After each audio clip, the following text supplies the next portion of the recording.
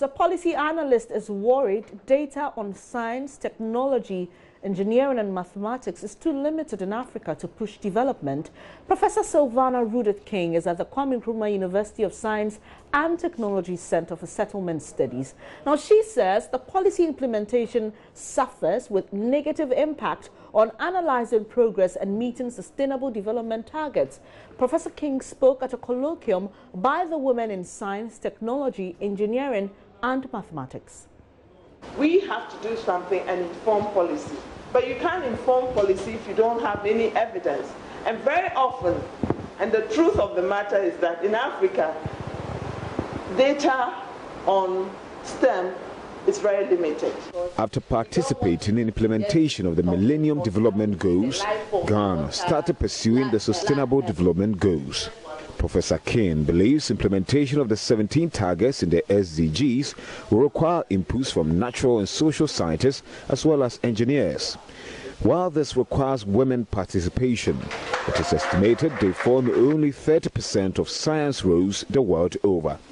Professor King wants increased effort to improve the numbers to reduce poverty, create jobs through agricultural and industrial productivity. The Ghana's population is skewed more towards women. 50.9% of the population of Ghana is made up of women. And many of the women are not into science. But if you look at the 17 goals in the SDG, they are goals that are, we need scientific and technological ways of attaining them. We cannot talk of climate change and think that we can attain it or we can adapt it through any other means except science. But if only few people are into science and the critical mass are not into science, we cannot attain it. Besides, we are competing at the same rate as the global world.